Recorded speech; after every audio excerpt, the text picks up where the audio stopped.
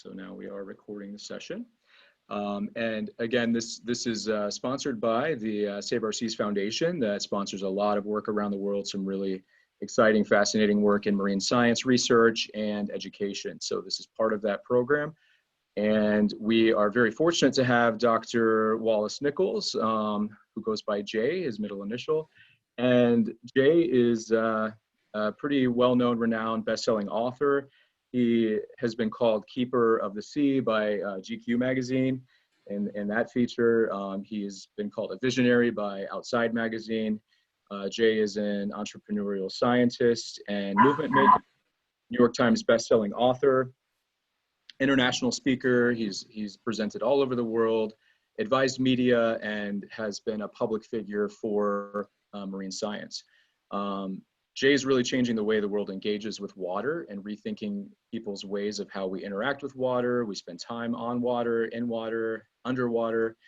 And this is a topic very near and dear to my heart. So I'm sure as many of you are, I'm most excited to hear Jay's talk about Blue Mind. Before we begin, I will go ahead and play a short clip. So I'm going to share my screen with everybody, and you'll be able to see a short clip that gives you a really good introduction to Blue Mind and philosophy and what all of that entails before we start our program.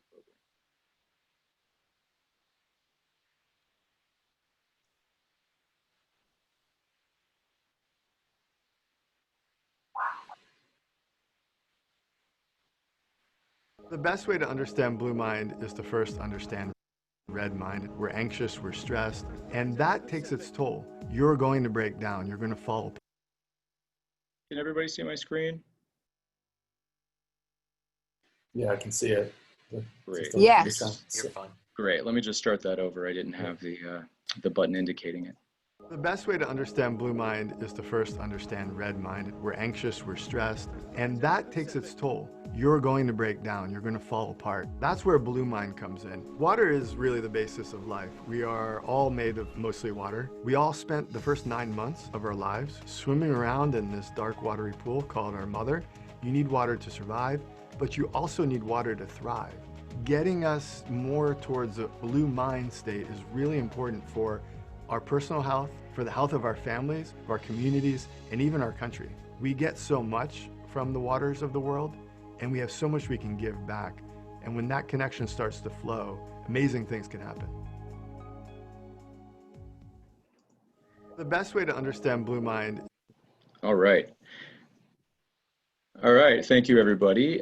So that gives everybody a little bit of an idea as far as what Blue Mind entails. And, you know, as we do more and more of these Zoom sessions, I've noticed they've become a little less and less formal with guest speakers and various programs. So what Jay and I are going to do today is have a little bit of a conversation.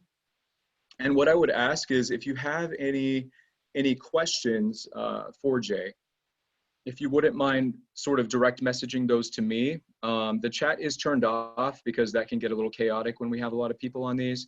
What I will do then is at the end of the session, when we get to Q&A, I'll go through and kind of read questions, and that way you can type them in. And also it kind of gives us a chance if some of you are asking questions and they can be combined or added to with someone else's, I'm able to then do that and sort of group them together, which helps kind of make it kind of neat for everybody. All right, Jay, so go ahead and tell us about Blue Mind. What is Blue Mind? Well, you know, Blue Mind is just a name for something that needed a name. And so the simplest way to put it, it's a phrase that refers to a pretty intuitive experience that I think probably everybody on this call have in common, which is whenever you're near, in, on, or underwater, you just feel a little better. You just feel a little clearer.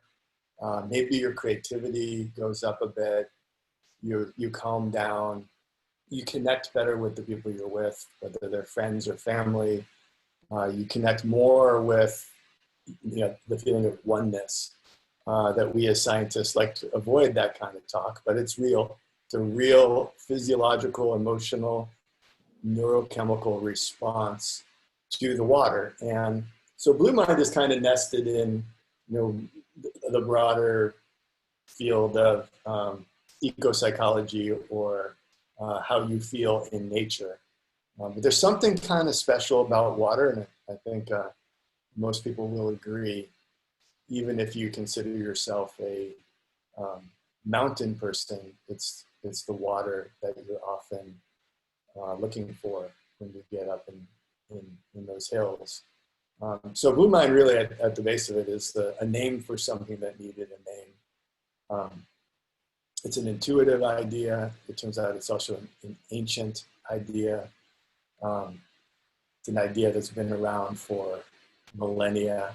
So there's really a long tradition of understanding how water is good for our physical, emotional, and social health. So, but what I really want you to remember is Blue Mind's just a name for something that needed a name, which allows us to talk about it, maybe talk about it better and make more use of this kind of set of feelings. If that makes sense. Yeah, absolutely. And how did you kind of come up with this idea of Blue Mind? What sort of spurred you or inspired you? Well, I've been a marine biologist for many decades. My specialty is sea turtles. We can go into that in great depth, but I think there are a lot of sea turtle lovers probably in your community. And I always noticed all the way through I went to the 24th grade. I studied a lot. Makes my kids a little, they think I'm crazy. They're like, Dad, what's wrong with you? That's a lot of grades. And in all of that education, nobody ever mentioned this thing that we use Blue Mind for shorthand. Nobody ever mentioned the emotional value, the social value, the psychological, the cognitive, the creative value, the spiritual value of healthy waters. And if they did, it was usually kind of tucked off in a corner. And this is a theme we can get to, but it was usually tucked off in a corner and relegated to indigenous groups' use of water. But it wasn't respectfully, usually, but never really painted more broadly as a universal human connection. So I kind of always wondered about that. Like, why do we dial out the very reason I became a marine biologist and not talk about it? Because I didn't become a marine biologist for the cash. I didn't become a marine biologist for the fame and fortune. I did it purely out of love and passion. And I wanted to understand what is that emotion that is so important that it's ruled my life. And that's a big deal. And then to dial it out of our academic training and our policy and our education facilities, including aquariums and science centers and visitor centers, seemed really wrong and actually maybe part of the problem. And so I kind of started looking into it and piecing together the available science on both green space and blue space, neuroconservation, I call it. Actually, I went looking for a book about your brain on water, and I had a really hard time finding one because it didn't exist. And then I tried to convince some smart people that they should write it and that I would help them, and I was not successful. So at the end of the day, it fell to me to do it. And it was a 5-year project, so this book was the result of a 5-year research journey. And it came out about 5 years ago. And that next 5 years has been really all about not sharing the book, but sharing the message, sharing the science, sharing the practice of what we call Blue Mind. So that's kind of how it came about. Yeah. I guess I filled the vacuum. There was a need, a perceived need. And sometimes if you're certain kind of person, when there's this perceived need, you can't think of anything else other than filling it. So I'll call it an obsession. I got certainly obsessed for half of a decade. And I've remained so ever since. Mm-hmm. But I think the question I love to ask people, I'm going to ask you, put you on the spot, David, and everybody can think about this themselves, but what's your water, and what's that water in your life that maybe it's, you know, the water you dream of when you're not there, or it's the water you first fell in love with. You go way back as far as you can remember.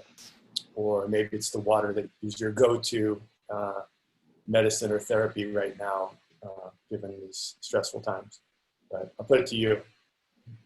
Yeah, that's a really interesting question, and I think a lot of what you've said, Jay, really echoes with most of us who have a love for the water. So I'm a member of the Tuscarora and Meherrin Nations.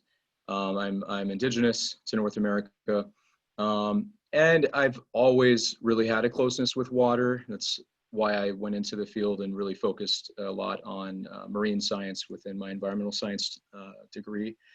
Um, I think water is, you know, being a major part of our bodies, as you mentioned, and being that that is kind of the womb that we emerge from. I really firmly believe that water is life, and clean water is life, and water is very sacred, and we cannot live very long without water. So I kind of maybe see water a little differently than most people, because I see bodies of water as living entities in my own sense. I'm a scientist, but also I have my traditions that I come from. So to me, kind of, I guess all waters are my waters, all clean waters. Solid answer. I think that's a really good answer. Well, so I want to ask you what, you know, there's this perception that the, you know, the sacred and the spiritual are in conflict, are necessarily in conflict with the scientific and the rational.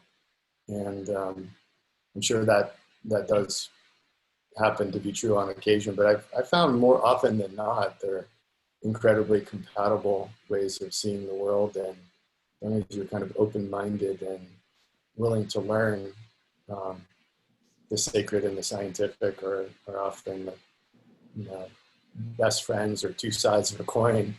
A lot of scientists I know are fueled by, you know, we'll use the word, fueled by this feeling of sacredness, and whatever their tradition, their or their cultural background. So, but why do you think we dial that out so easily? I'll put you on the spot again, but Yeah. Yeah, I think, you know, I think it doesn't have to be mutually exclusive. A lot of indigenous ways of knowing tend to be a bit empirical. They tend to be a bit evidence-based. Um, and for me personally, I don't see why there needs to be a disrespect. I think a lot of, or a disconnect, a lot of people who go into the fields that we work in, and all of us on this call right now, are interested in, and at some level, I think we do that because we have a love for it and a passion, and it moves us in some way. And that way, you know, maybe it can't be explained, but I think the work that you're doing is absolutely a way of making that connection for the Western world. maybe it gives us a language that, you know, maybe we're fumbling around for the right words, because, you know, I'm taught as a scientist to check this emotional stuff, and certainly anything spiritual, check it at the door. You don't dare talk about love and awe and wonder and even curiosity and creativity are often happiness. I've always seen as subjective.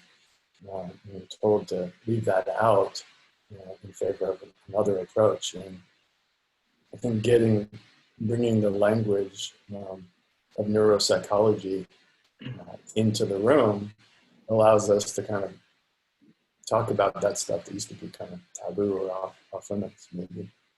Yeah. So what, you know, maybe you can explain a little bit better. I know you've seen a lot of examples of Blue Mind and this philosophy and ethos being incorporated into science. Do you have any examples of that?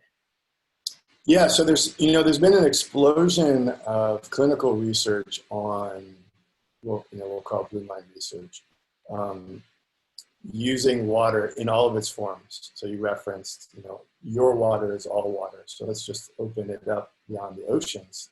Go to lakes, rivers, clouds, fog, rain, creeks, the moisture in the soil. Let's just talk about all the water.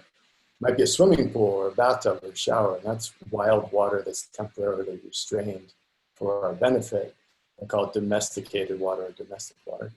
But there's a lot of research going on right now, for the past decade in particular, in places like the University of Exeter Medical School in the UK and other research institutions, looking at how we can put blue mind therapy into practice.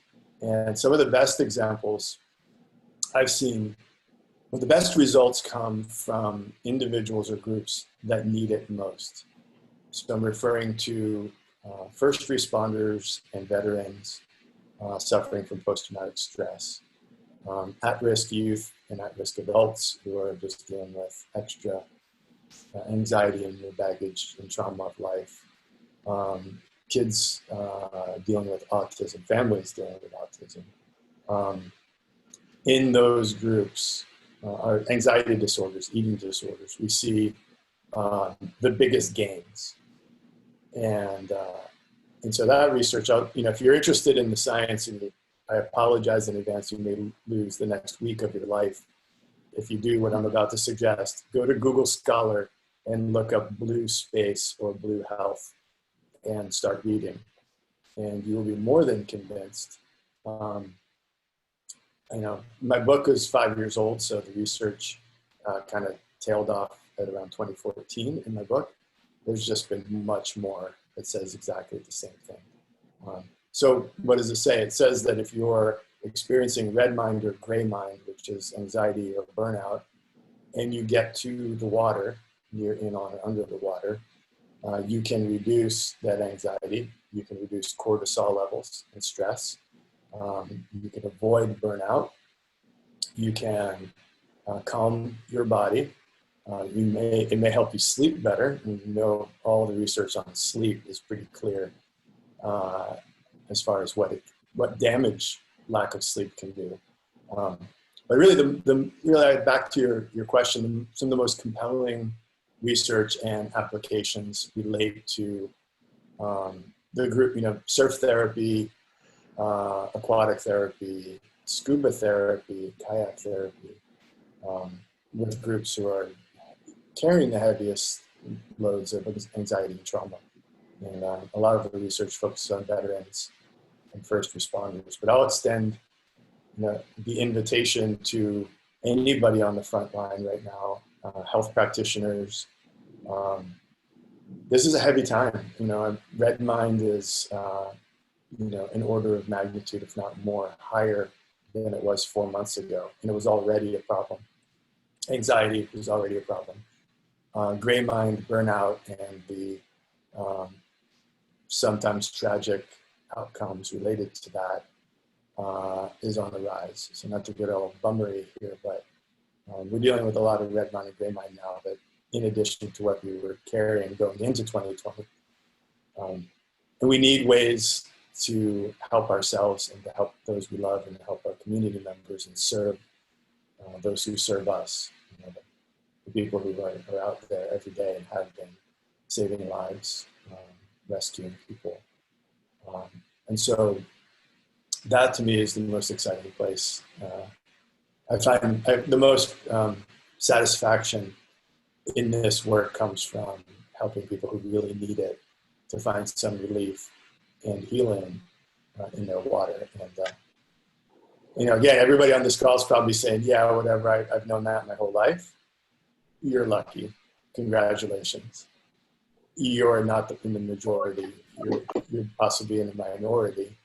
There are a lot of people who have not grown up with a deep relationship to wild waters and could really benefit from it. So I encourage people to look up the research in the last 30 pages of this book. So there's a ton of research there, as well as on Google Scholar. You'll find really all the science you want.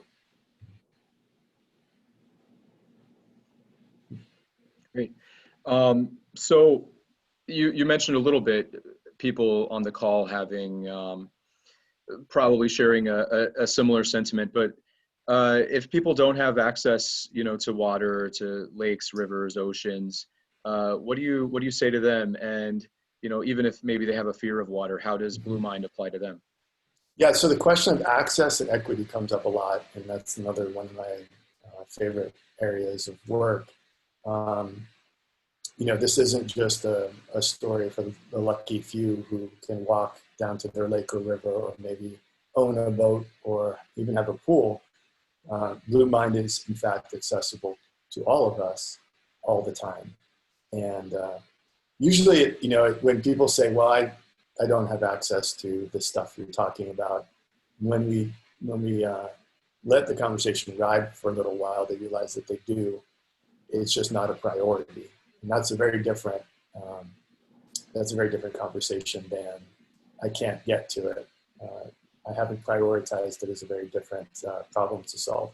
So I break down. This is just one way of thinking about water. I break it down in these 4 categories. First is the wild water, the lakes, the rivers, the oceans, the creeks, the falling water out of the sky, the clouds, everything you associate with sort of nature and water. You may have access to that. Lucky you if you do. It may be healthy. That's even luckier. You should enjoy it. Get a boat, get on a boat, get in the water, go walk on the beach. The next category is domestic. So you may have a bathtub in your home. I bet it's underutilized. I bet you haven't taken enough baths during this pandemic. Actually, I guarantee your bathtub has been underutilized during your stay-at-home time. Fix that. Bring some bath salt in there, light a candle. Maybe you like wine, I don't know. I'm not going to be judgmental about what you need in your bathroom to make it relaxing. But do it. Getting in the water, getting in the bathtub. If you have a jacuzzi, wow, lucky you. A pool, access to a pool, a neighbor's pool. Hop the fence at night and jump in your neighbor's pool. Tell them I sent you. A shower, a mindful shower. So that's the domestic water. Even a sink, washing your face with cold water. So the wild and the domestic. The third category is urban. So if you're in a city or a town that has public blue space, such as fountains or displays, those are great places just to sit and chill for a couple minutes. So do it. You walk right past them, take a break, and enjoy that urban blue mind space. Sometimes buildings have even put in water walls in lobbies, and increasingly we're seeing that in hospitals and therapy centers that are incorporating water structures and fountains in their architecture for healing purposes. And then the fourth category would be the virtual water. That's all of the waters that are don't involve actual water, I guess is the best way to say it. So photography, painting, like that one, a little watery there. Painting like that one that my daughter made right there, just simple abstract. There's a little kid's book, a lot of water. There's a sculpture right there's a little word I got, really nice little watery sculpture. These are all, and then there's that big screen right there. You can watch, any of the thousands of documentary films right there. So photography, art, poetry, prose, music. I like to throw on a little Jack Johnson because he's inspired by the ocean, and you can tell in some of his music. You might be a fan of Jimmy Buffett or something. He sings about the ocean. So many recording artists have songs about water, and that's the virtual water. So even if you can't get to actual literal water, you can enjoy it virtually. And that's not just VR headsets. It just means it's a depiction of blue mind without the wetness, without the H2O component. You almost can feel sometimes in the presence of the right piece of art or the right song. It almost transports you to your water. And that's really what art is for. It's to make your feeling of awe and wonder and the emotional valence of nature. It makes it portable. It allows you to, a photograph allows you to take that feeling with you and put it on the wall. A beautiful painting of a coastline or a river or even a ship allows you to capture that ocean and bring it into your living space or your office. So wild, domestic, urban, and virtual. Those are the 4 categories. So now once we've walked through that, if your question started out and you're saying, well, I don't have access, you may be feeling a little bit differently by now after walking through that categorization. You may actually be feeling like, wow, I do have access, I just haven't prioritized it. No, that's your job. Make it a daily priority. If you're saying, I've got too much red mind, I'm worried about gray mind, I'm worried about burnout, make blue mind a priority in your life using those 4 kinds of water. And I guarantee, the research was really clear, and I'll just put my own punch behind that, but I guarantee your days will feel a little better, significantly perhaps, if you practice blue mind daily. Yeah. Great, great. And, you know, we've almost been changing on a dime, you know, day by day, from all kinds of things happening around us, literally happening around us. But I'd like to get your take. You know, you mentioned a little bit about red mind and gray mind, and you know, kind of what those entail. But I'd like to get your take on blue mind now in recent times and with recent events, including this pandemic, and how those recent events have affected blue mind. Yeah, you know, I was thinking about this question the other day because I was on a panel talking about architecture and blue mind. And the first question everybody was asked is, how's your life changed? What is your big insight, aha moment from these recent months? And for me, it's been not so much a change, but a redoubling and a reconfirming and a recommitment to sharing this idea, this blue mind idea. I knew it was important 4 months ago. And now, because I saw the pain that people were carrying and anxiety and young people being disconnected from nature and the whole set of stuff, psychological stuff. And then it just kind of went through the roof. The need went through the roof. And so what's really happened for me is there's more of an urgency behind this work. It isn't really a change of direction, or I've had some epiphany that I need to change my life drastically and do something different. And I know some people have had that experience. This pause has given them a chance to reflect and say, wow, who do I really want to be? What do I really want to do? That hasn't been the case for me. I know who I am and what I want to do. I want to do more faster to help more people and help more of the waters. And so that's been my, when I really think about your question, that's the most honest response and the most personal is, I guess along with that, not to get all like pop psych, but I feel really inadequate and there's just, we got a little heavy here, but there is a lot of pain right now in a lot of people for a lot of reasons. And it comes from certainly the fear around coronavirus, but it also comes from, systematic undervaluing of human life and nature. We're living that right now.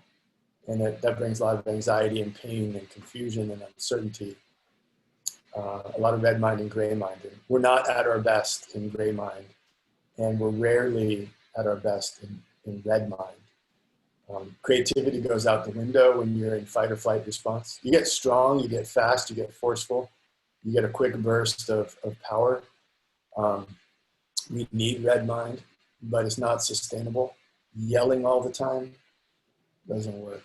Being pissed off all the time, your spelling goes out the window, your creativity goes out the window, your collaboration goes out the window. Next thing you know, your health goes out the window and you break down. So my feeling is one of inadequacy and, wanting to do more, but a recommitment to sharing this idea, in forums like this with you here right now. Yeah. Yeah, great. And when it comes to working with sea turtles and conservation and plastic pollution, and I know that you have some background in that as well as climate change. Here at Mods, those are all issues that are at the forefront for us. We're currently in our strategic plan, we're addressing climate change and resiliency in South Florida. South Florida residents are seeing unprecedented natural changes, I guess I could say. I don't want to say disasters, but they're not all disasters, but a lot of changes in the environment. So how does Blue Mind and your philosophy and the work that you've done, how does it tie into the conversation? You know, I think it connects to all of that. And it actually is an outgrowth of all of that work. I've worked on climate change issues and sea level rise since graduate school. It's my master's degree at Duke, worked on that 28 years ago. Worked on sea turtle stuff all over the world and plastic pollution and in protected areas. And the projects that I've been involved with that have been successful, I could make a strong argument that they had some Blue Mind component, where they were endeavoring to be calm, cool, collected, creative, collaborative, courageous, and compassionate, those C words, rather than antagonistic, angry, combative, fearful, guilt-ridden. And so that's really the simplest response is, if your messaging is always poking people in the eyes, making them feel bad, going for the guilt and the fear and the anger, and overwhelming people with factoids that they can't remember, please don't do that anymore. Really, I beg you. You need to be successful. You don't need to be right, but in that way, you don't need to make people feel bad. Seek therapy for that issue if you're stuck. I'm serious. If you're stuck in making people feel bad and that's your gig, get help for yourself and then come back and get to work.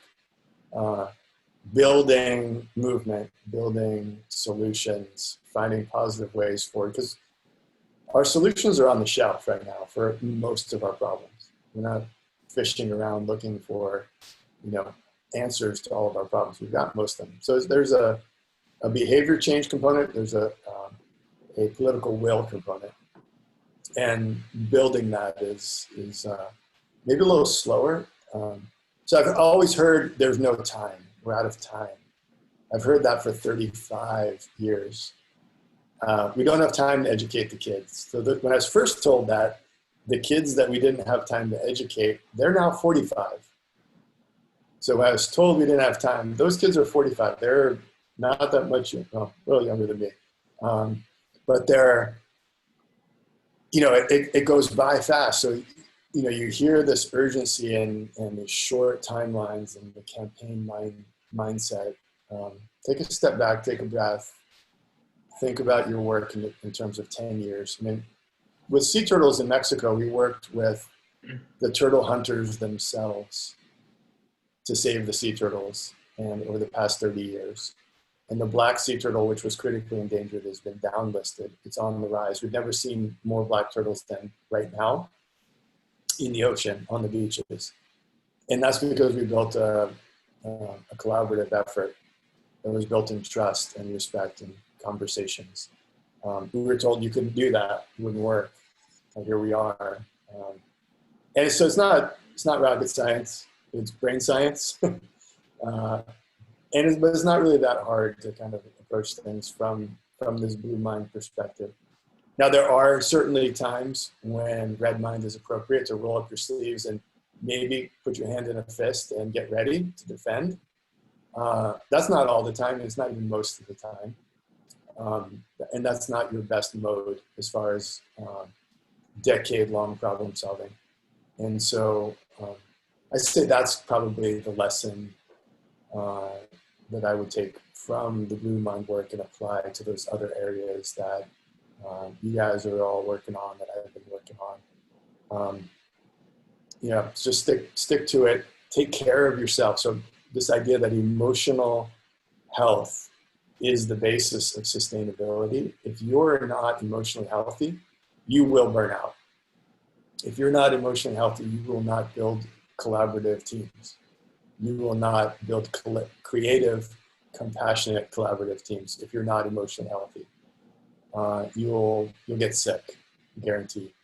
So take care of yourself. Take time out, float in your water, surf or swim, or there's all kinds of ways to do that. Take good care of yourself and bring your emotional health to the table. Be a leader who helps build emotional health in your team, whatever that means. We just have this culture of overworking, undersleeping, being a badge of honor. Like, how are you doing? Oh, so busy. Yeah, me too. Pat yourself on the back. Yeah, I haven't slept in 3 weeks. Yeah, me neither. Pat yourself on the back. And so I think that's a key way to bring, to connect the dots here. And even, for younger people, our students, if they learn that healthy oceans and lakes and rivers are good for their emotional health, and emotional health is good for being a leader and doing what you love well, that's a good lesson to teach. It's kind of missing in the K through 12 educational perspective. I would like to see this Blue Mind Science and Practice embedded in not just K through 12 education, but all of the facilities like yours, all of the educators that you work with. Wouldn't it be great if every person that came through your facility, or all aquariums and science centers and zoos and nature centers, wouldn't it be great if they all learned about themselves? It's just another piece of science to add, but also the practice of Blue Mind. That's transformative. Imagine if all of your peer organizations got on board, and even in the simplest way said, we're going to teach Blue Mind to every single person who comes through. That would value our wild waters more. And B, it would help our public health in a way that is, it's available to us, but it's underutilized. And so that would be, I have, put that to you as a professional in that space. What are the barriers to doing that? Why is Blue Mind Science? This is a bold statement. I don't think Blue Mind Science is currently in any aquarium, nature center, or science center in the world. I know a few are working on it, but that's a little late. They're 10 years late to the party. It could at least be one sign or something, right? I'll pay for it. $12 to print a sign. I'll pay for it. Yeah. But that's my challenge to you and your community is, how do we get this out there more and make it common knowledge, and then put it in the hands of the people who need it and see what they do with it from a public health perspective and an environmental health perspective, and a social justice perspective for that matter. Yeah. And as I think my internet connection's coming a little in and out, but as a professional who has been in this field for a while, I feel like your remarks could not be any more pertinent to our current state of affairs. And I came up through the ranks, as well as some others at Mods, through the environmental educator side of informal science education. And for those of us in that field, seeing schools become more and more standardized and structured, it's absolutely essential in teaching science in schools. And I think we have to remember, as sort of the informal side of that, what our role is in really taking care of the whole student, and that includes their mind and other areas of their life. And speaking a little bit about the sort of scale of how you'd like to see this in science centers, museums, nature centers all over, it reminds me a bit of sort of the Louvre approach of nature deficit disorder, and how absolutely essential that is. And I love your take on it from the ocean point of view. But what's your most sort of audacious vision of this? You know, how do you really see this being fully implemented? Yeah, that's a good question. So Richard Lou's work on nature deficit disorder is pioneering. The interesting thing about Last Child in the Woods is seminal work. He's a water guy himself. I'll call him a water man. But the book is very focused on green space and not a lot of water mentioned. So there is a bias in environmental education, in the environmental science textbooks that I used in college and grad school. You get to the back of the book, there's a skinny little chapter 10 on water.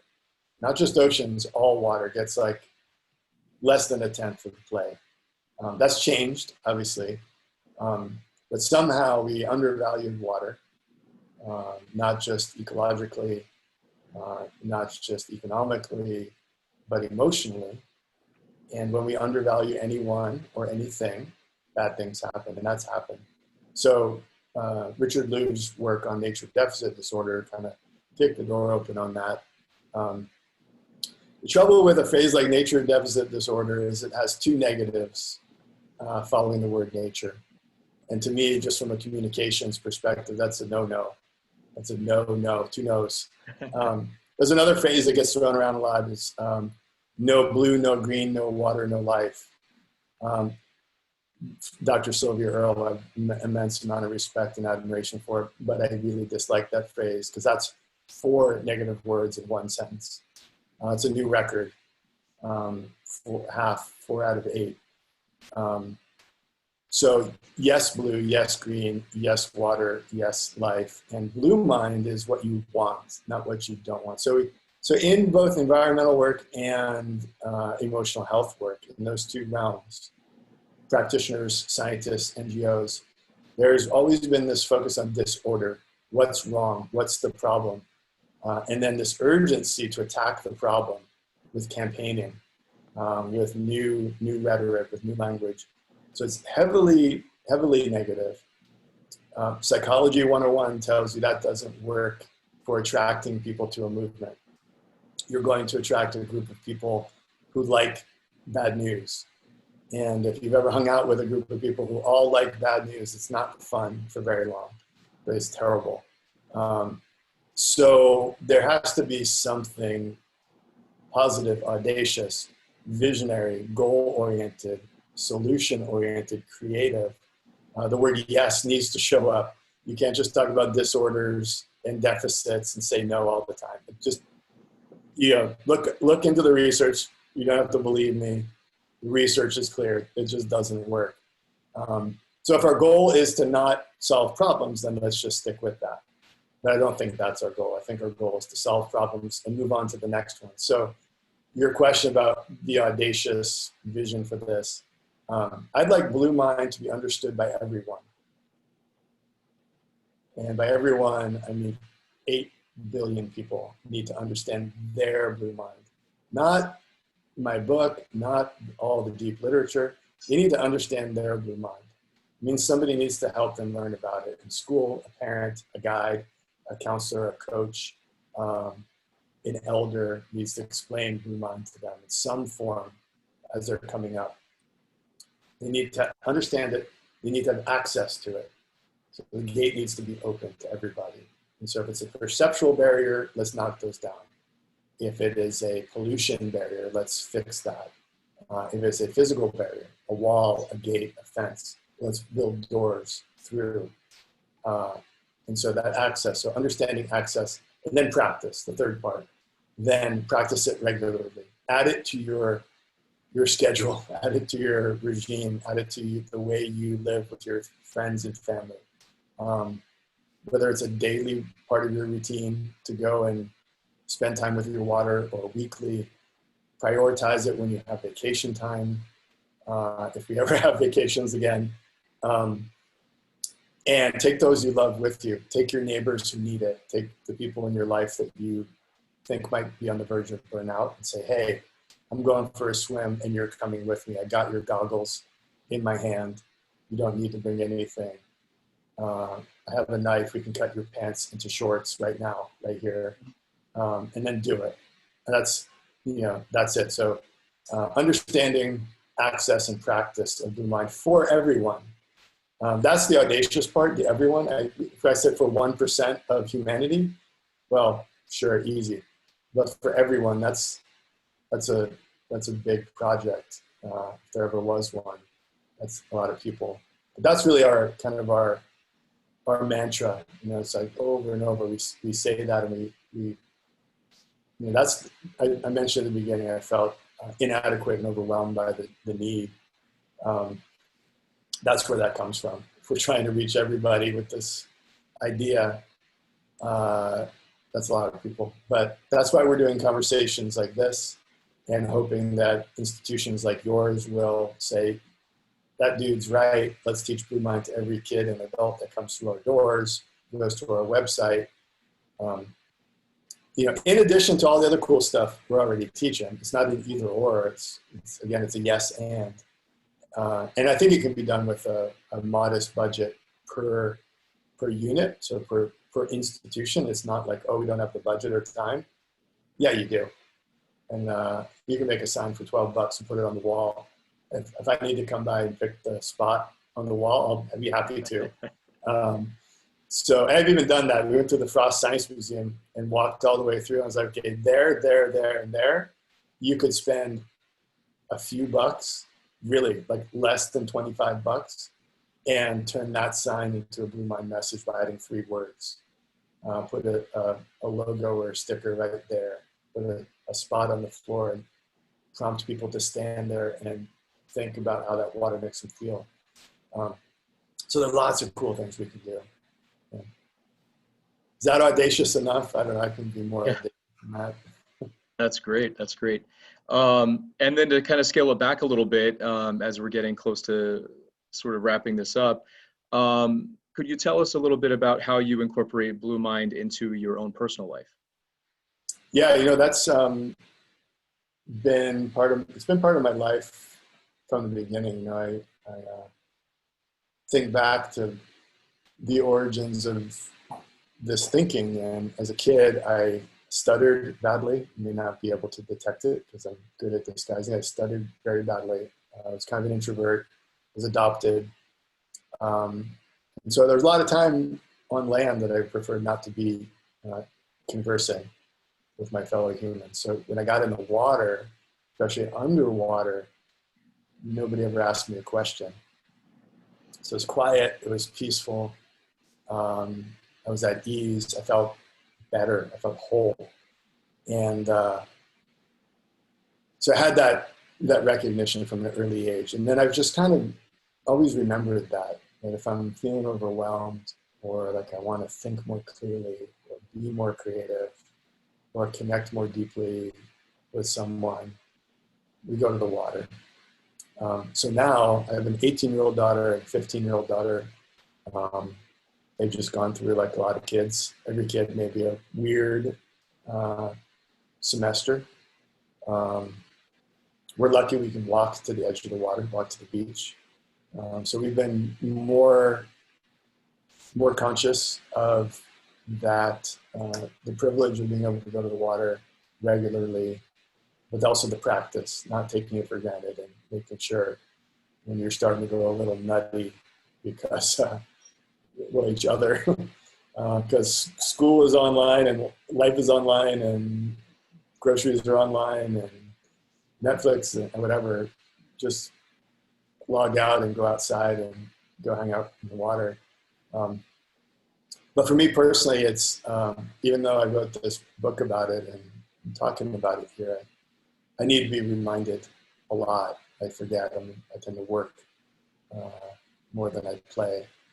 And so I need reminders. I need my friends and my family and my colleagues to say, did you swim today? I can tell that you haven't been in the water, and then I need to do it. So, yeah, personally, and as far as what I like to do, everything. Whenever I'm traveling, which I used to get to do, I always seek out the local water and the local water keepers, if you will. And sometimes those are agency people or NGO people or indigenous leadership. And then we go to their water and I learn, and we get in it, ideally, sometimes through the ice, depending on where we are. So personally, I like to meet people's water with them. So we got to hang out there in Florida. I'd say, man, take me to your water. What's your spot? Let's go. Let's have our meeting there. And so, yeah. How about you? How are you maybe applying Blue Mind ideas, whether you call them that or not, these days? Yeah. Interesting question. So being Tuscarora Meherrin and being active in my culture, I try to spend some time every day, usually in the morning, acknowledging and giving thanks for everything, sort of living a life of gratitude. And in our traditional, we call it Gunyunyok, and it means it's a Thanksgiving prayer. And we welcome and thank all of the sort of sustainers, the life sustainers. And really early in that, it's the second or third, it's the third verse that we say, Una hasna and what ge haruchra is na yakin heratas het twat alwe halwe hanet yokwari huatate una jukwate keharat. And what that means is we direct our minds in gratitude towards the waters. But our word for water is actually, it means it gives them like an animate feature. It means they're alive. So when we address the waters, we say sort of like water beings. And then we give thanks to that. But for me as well, very similar, and probably most people on this call, that, water grounds you, in a sense.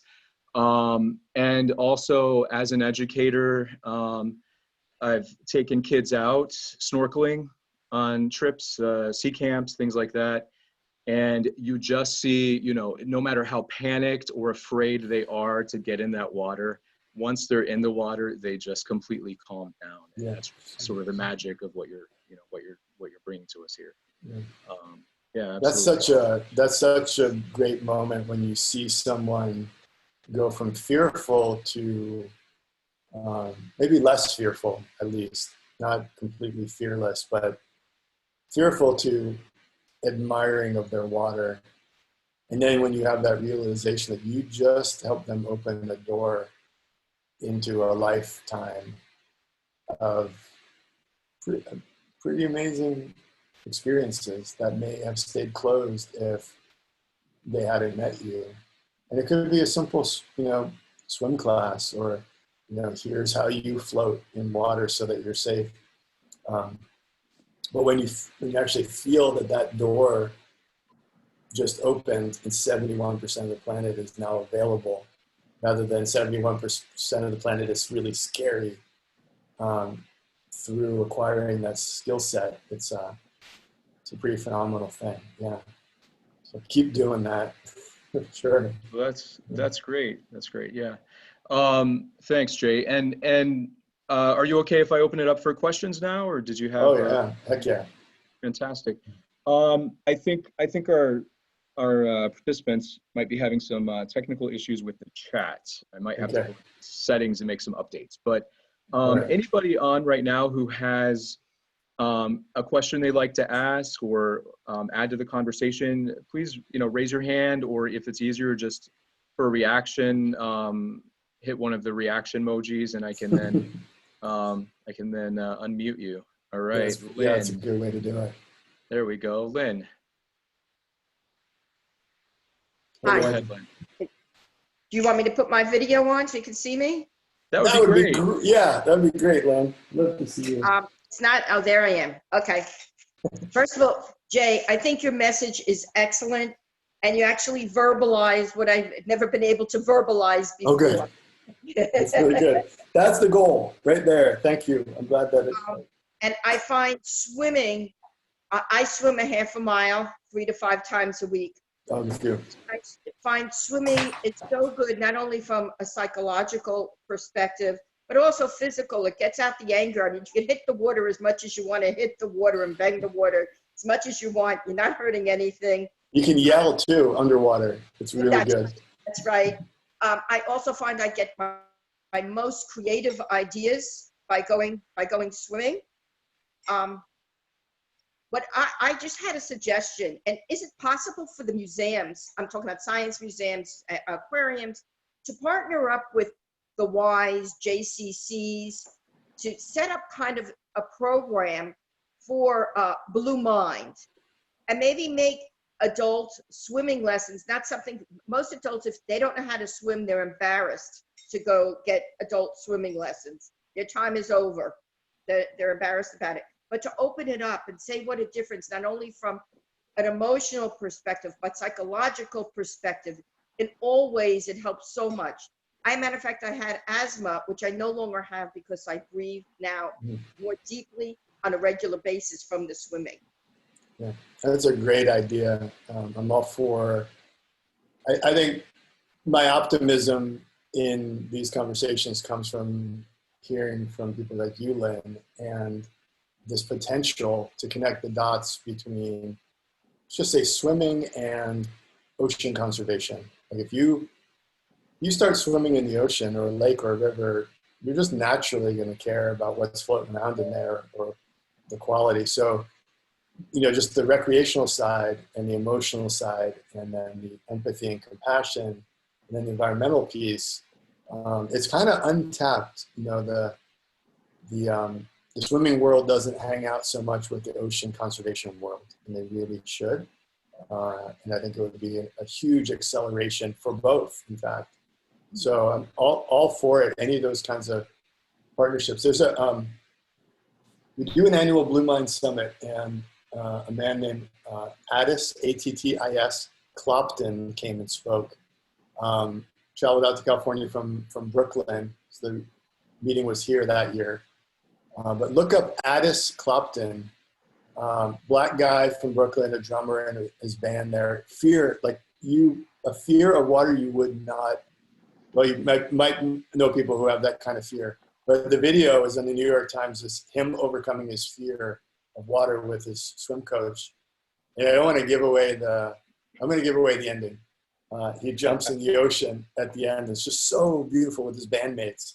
And so he came out and spoke at one of our summits about that experience. And, you know, anyone that prioritizes it, you know, if you say I don't have time, well, turn off the TV for an hour a day and go for a swim lesson. Well, I can't afford it. Well, find the YMCA that has free or cheap swim lesson. It's a good investment of your time. So I couldn't agree more, 100%. Thank you. Yeah, thank you. Thanks, Lynn. Peggy, I'm going to go ahead and unmute you as well. We have at our museum a place where you can walk through a tunnel, and above you is the water flowing over you, and there's scuba divers in it, and you can walk under it. You can stay under there as long as you want to, but it gives people a chance to really feel it, and I think it's great. Very few people seem to take advantage of it. Yeah. You know what, that would be, just occurs to me, that would be a cool, just a little experiment. Like E.O. Wilson would call them dirty experiments because there's no budget, there's no real plan, they're just quick little experiments. But if you ask people 3 questions before they walk through the tunnel, and then the same 3 questions after they walk through the tunnel, to kind of little quick psychological profile to see how they, you know, if they're just more relaxed after they meander through that tunnel. And then just let people know, yeah, pay attention to how, I mean, here's what happens in that tunnel and any other Blue Mind experiences. Your heart rate slows. Yeah, go ahead. I have spoken to some of the children that have walked through. Yeah. And they all say, it's really neat. It's like you're under the ocean, you know, Yeah. and they get really animated about it.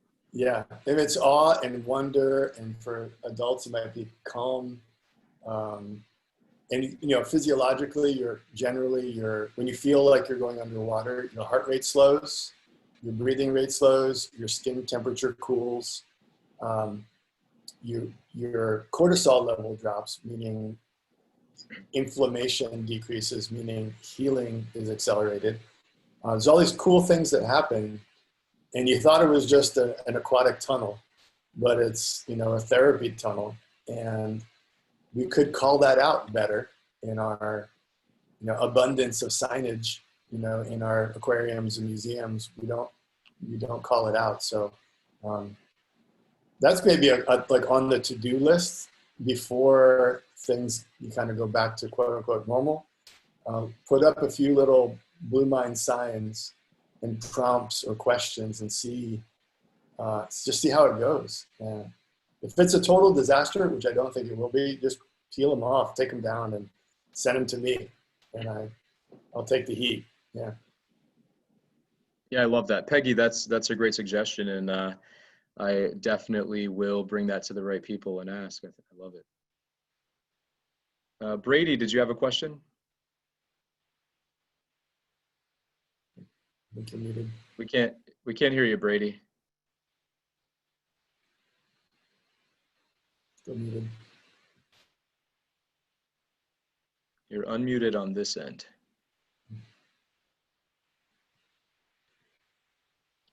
Okay, how about now? Gotcha. Yeah. All right, there we Excellent. go.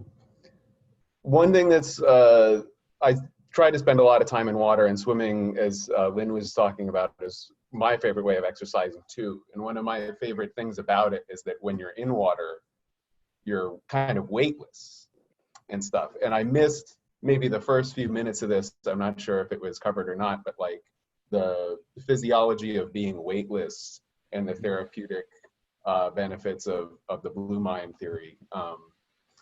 Is there anything in your research that would tap into that, or anything in your book that we might discover about just the benefits of kind of being suspended?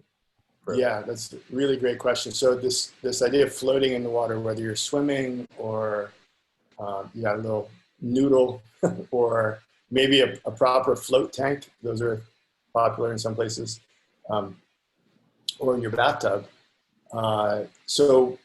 Short version, what happens is you get back visual, auditory, and somatic bandwidth. So right now I'm probably using 200 muscles to coordinate my position. When I'm floating, I'm not using them. So I get that. Yeah. My brain's not coordinating them. I get that bandwidth back. Visually, generally simplified when you're in or near water. Auditorily, the same thing. So you're not processing language. You're not processing, Netflix. You're not, hopefully you're not holding your laptop while you're swimming. Generally, it's auditorily, visually, and somatically just simpler fields. You get that bandwidth back. Your brain doesn't just shut off and say, oh, I got bandwidth, I'm going to sleep, I'm going to do nothing. It kicks into a different mode, which tends to move us from the front prefrontal cortex, where we do executive function, to the more lateral areas of the brain, a more distributed brain function, which is why we feel more creative. So to Lynn's point, she saying I get these ideas, Peggy's point, kids, their minds open walking through that tunnel. It's not BS, it's real. I mean, it's neurochemistry, it's neurophysiology. So your brain switches into what we call Blue Mind, which opens you up for a different kind of thinking. It's not better or worse, it's just different. And it's better for certain outcomes and tasks. So it may not be as good for math problems and directed executive function problem solving that you're mostly doing most of the day. But it's great for poetry. It's great for collaborative, big picture thinking, interpersonal, interdisciplinary thinking.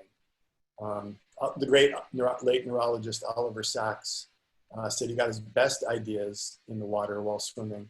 And he always had a pad of paper, either outside the pool or on the picnic table next to the lake, so that he could jot them down, because he didn't want to forget them. That's the other side of it. You get these ideas, and you're like, oh, I'll remember that. No, you won't. You never do. You always forget them. By the end of the shower, you're like, wow, that was the best idea I've had all year, but I forgot it. So if you keep some, I use soap crayons in the shower. So when you have the idea, you just write on the wall, just a little quick code, and then you can get out and take a picture of it, of the wall, and now you've captured your brilliant idea. And sometimes they're not as brilliant as you think they are in that moment, but still, you want to jot it down. But I would say, in my book, I go through the science. There's a guy, a good friend, Justin Feinstein. He's at the Laureate Institute for Brain Research in Tulsa, Oklahoma. And he's a neuroscientist, and he studies anxiety, post-traumatic stress, and float therapy specifically. And his clients, patients, subjects, I guess you could say, they all get their brain scanned, they go float, and then they get their brain scanned again. And then the control goes and sits in a comfortable chair in a dark room. And his research is really cool. It's on, if you look it up, if you go to PLOS, PLOS is the journal, you'll find his latest stuff. It's super applicable. So he's looking at float tanks in a room with no light, no sound, no gravity, water, your body, the air, it's all the same temperature. That's an extreme version of just floating, naturally in a body of water. I think the research is absolutely applicable. It's a continuum, right? So that might be extreme blue mind. What most of us are practicing when we're going for a swim is moderate blue mind. Maybe putting your hands in the sink is mild blue mind. But we're always on that continuum, and, seeking the extreme blue mind experiences once in a while, the big shifting, awe-inspiring moments. But hopefully practicing some blue mind daily. So floating when we can, where we can. But super good question, Brady. Yeah. Great. Thank you, Brady. And Peggy, if I didn't thank you before, thanks for your really good question as well. I like the idea of bringing this to mods. So if nobody else has any additional questions right now, you're welcome to send them to me, and Jay has volunteered to go ahead and answer those, so I can reply back with an answer from Dr. Nichols. But Jay, thank you so much for coming on tonight and joining us. Again, this program was made possible by the Save Our Seas Foundation, and your work, I think, fits absolutely perfectly in with their mission of conservation of our oceans, as well as mods. So again, thank you for coming on, and thank you everybody for joining us tonight. I hope you have a great evening, and if you do have any questions, you can email them to me, as my name reads on here, david.webb@mods.net. All right, thank you so much, Jay. You're very welcome. And this is my token of gratitude. If we were in the same room, I'd put that in your hand, but I guess I just need to put it on the camera and pass it to you. Just a blue marble to signify my gratitude. But thank you so much for facilitating this, and to all the people who came out and all the people asked those great questions. Really nice. And let's get some blue mind in mods. I'm not going to sleep until, actually I will sleep. I'm not going to rest. I'm not going to stop until that happens. So, yeah. Thank you, Jay. Thank you. Yeah. All right. We'll talk soon. Yeah. Bye-bye.